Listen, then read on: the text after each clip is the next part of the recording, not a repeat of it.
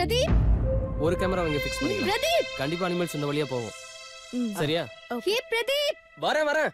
சரி நீ camera fix பண்ணு. யா நான் செட் நாங்க ரெண்டு பேரும் போய் பார்த்துட்டு வந்தோம். சார் நீங்க மட்டும் போங்க சார், நான் இங்க செட் பண்றேன். ஹே அவர் என்னதன செட் பண்ண சொன்னாரு, நீ என்ன பண்ற? போ.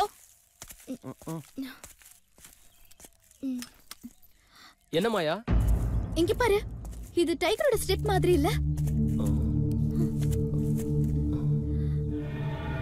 சூப்பர். இது கண்டிப்பா புலியோட கால் தடம் தான்.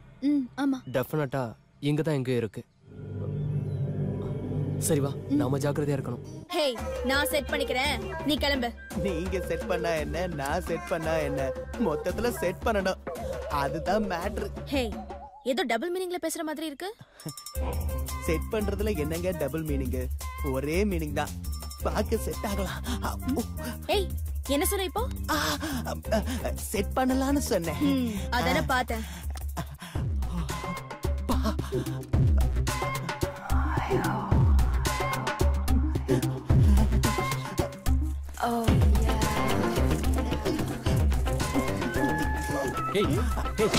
இங்க செட் பண்ணது போதும். அங்க டைகரோட ஃபுட் பிரிண்ட் இருக்கு, அத போட்டோ எடுக்கலாம் வாங்க. ஓகே ஓகே கிருஷ்ணா வா, கேமரா எடுத்து சீக்கிரம் வா. வா.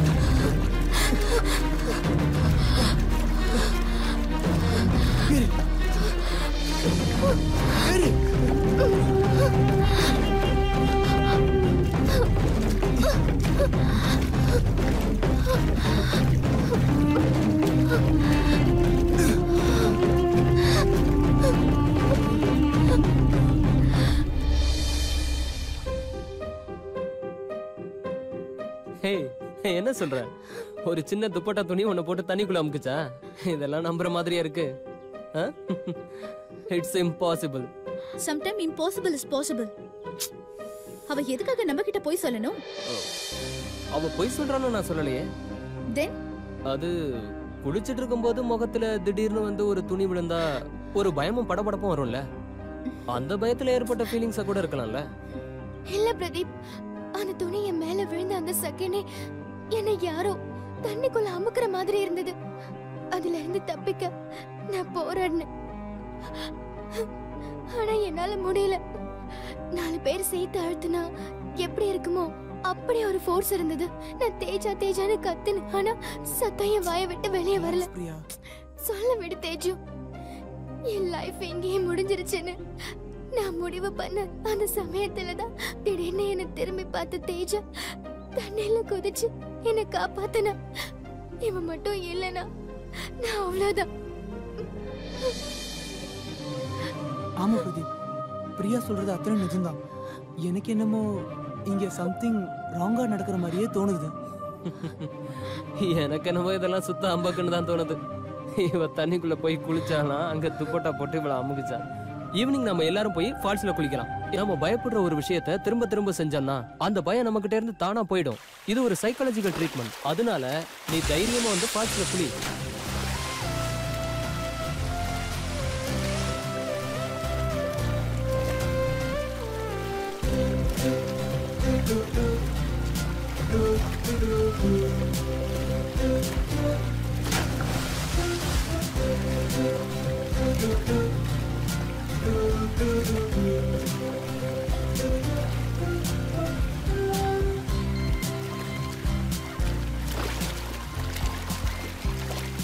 மாயா, கடவுளால படைக்கப்பட்ட இந்த அடர்ந்த காடு, அழகான மரங்கள், சுத்தமான மூலிகை தண்ணி இதெல்லாம் அனுபவிக்கிறப்ப உடம்புக்குள்ள ஒரு புது வைப்ரேஷனே வந்துடுச்சுல்ல.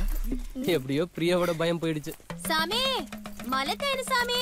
பாபா வாங்கிட்டு போங்க சாமி. சுத்தமான மலத்தேனு. இது வேற எங்கேயும் கிடைக்காது சாமி. தேனு டேஸ்டா இருக்குமா? என்ன சாமி இப்படி கேட்டுட்டீங்க? கொஞ்சம் சாப்பிட்டு பாருங்க. ருசியா இருந்தா காசு கொடுங்க.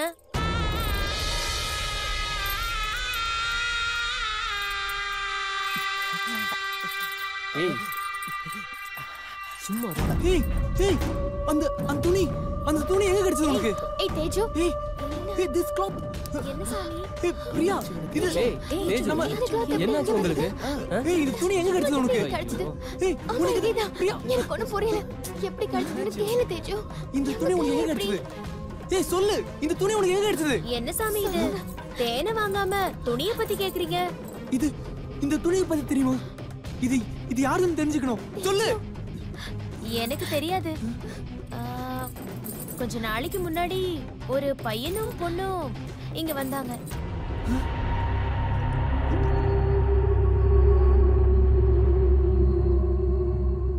அப்போ நீங்க சொல்றத பார்த்தா அவங்க செத்து ஆவிய சுத்திட்டு இருக்காங்க, அப்படிதானே?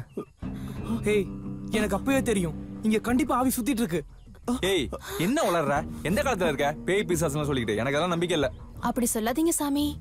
அந்த பேய்ங்க இங்கதான் சுத்திக்கிட்டு இருக்கு. அப்படி கொடூரமான முறையில அவங்க 2 பேரும் செத்ததுனால இங்க யாரு சந்தோஷமா இருந்தாலும் அதுங்களுக்கு பிடிக்காது. அதனால நீங்களும் ஜாக்கிரதையா இருங்க. அவ்வளவுதான் நான் சொல்லுவேன். ஏமா தேன் விக்கிறேன்னு சொல்லிட்டு வந்து பேய்க்க சொல்லி பயமுறுத்திட்டு இருக்க? டேய் இதெல்லாம் நமக்கு தேவையாடா? ஏய் நீங்க நம்பாட்டியும் பரவாயில்ல, வாங்க போலாம்.